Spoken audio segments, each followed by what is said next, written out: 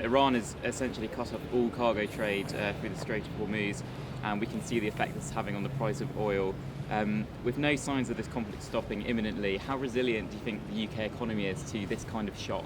It's not resilient enough, and it's not resilient enough because we've taxed businesses too much, we borrowed far too much money, spent too much money, inflation is right up there as the highest in the G7, and what we're now going to face through time is some level of inflationary shock to our economy. So I'm afraid if you've got a sluggish economy with high unemployment, with high inflation, you're not in a good position to lean into those kind of challenges.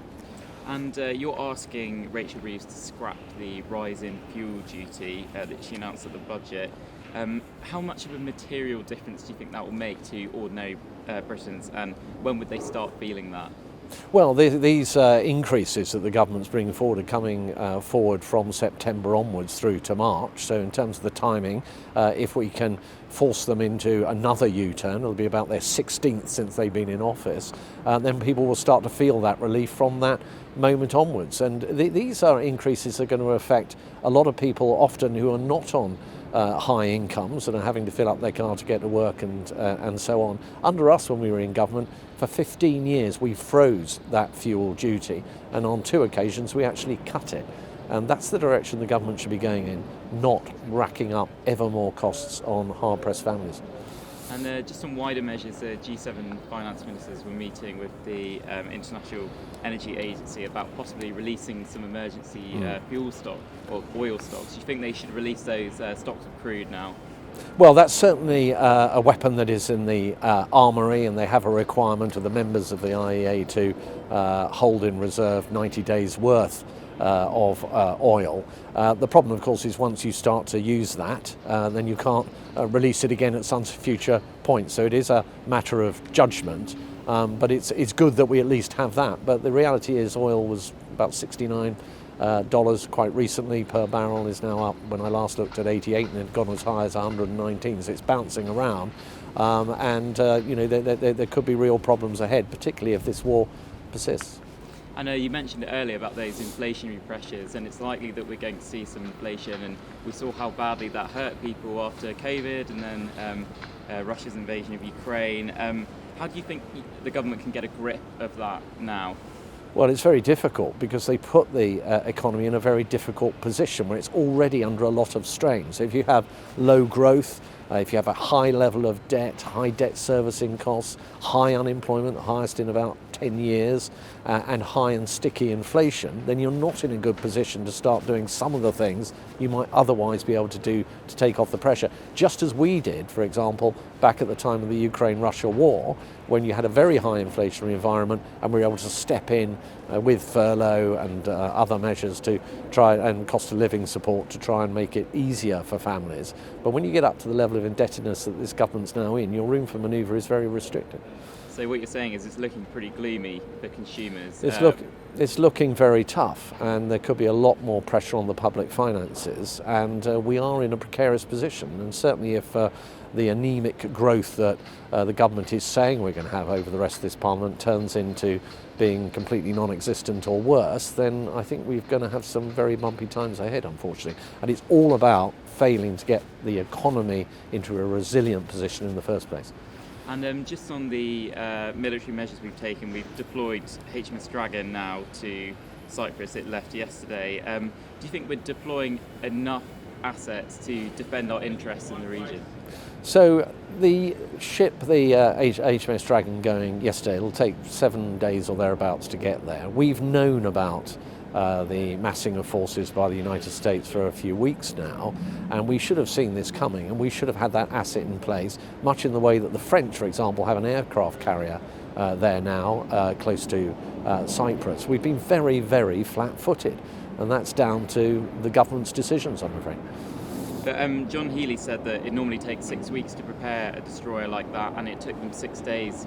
Shouldn't you be taking this up with the military and our ability to ready ourselves? It's down ultimately to government and to ministers to make sure that our armed forces are configured in a way that they are ready to step in when things like this happen. Now, it's not that you could never have seen this situation actually occurring.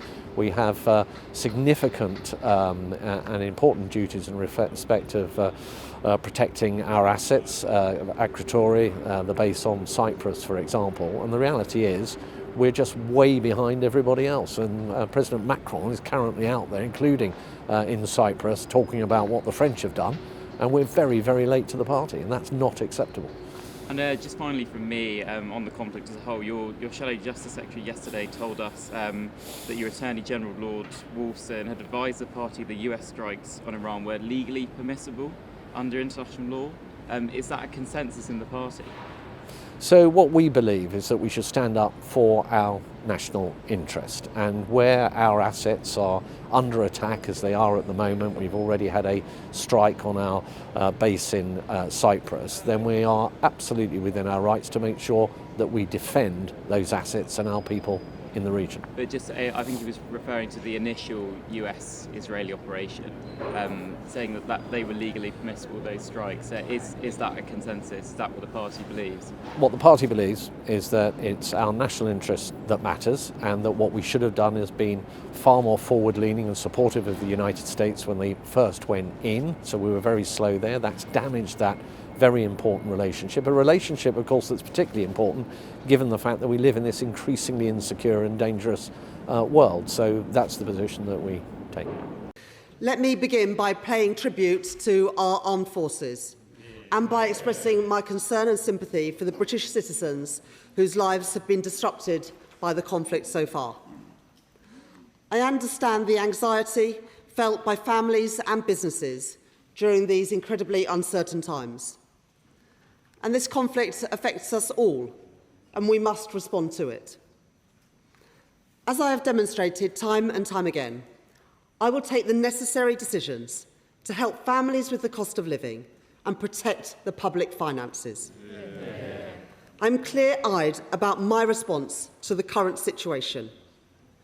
My economic approach will both be responsive to a changing world and responsible in the national interest.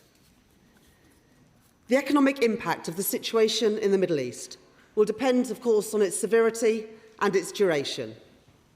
The movements that we have already seen are likely to put upward pressure on inflation in the coming months. But I also want to confirm to the House that our financial markets are functioning, and I'm in regular touch with the Governor of the Bank of England. This afternoon, I spoke with G7 finance ministers, setting out my priorities for the international cooperation needed. First, calling for immediate de-escalation and a return to the diplomatic process. Second, we must guarantee the security of vessels passing through the Strait of Hormuz. Third, I stand ready to support a coordinated release of collective International Energy Agency oil reserves. And fourth, the UK will play its part as the global hub of maritime insurance. And I am meeting with the Chair of Lloyd's of London later today, where we will discuss how best to support the continued passage of maritime trade. I am proud to be the Chancellor that is delivering the biggest uplift in defence spending since the end of the Cold War. And I am committed to giving our military the resource that they need. That is why I can confirm today that I approved access for the Ministry of Defence to the Special Reserve to deploy additional capabilities in the Middle East, meaning that no net additional costs of these operations will be funded by the MOD, but instead will be funded by the Treasury. Mr. Speaker, Madam Deputy Speaker, we don't yet know how long the conflict will last or what further action will be required. But it is my duty to be responsive in an uncertain world and responsible in the national interest, to protect the public finances and help families with the cost of living. That is what the Prime Minister is doing. That is what I will continue to do. And I commend this statement to the House.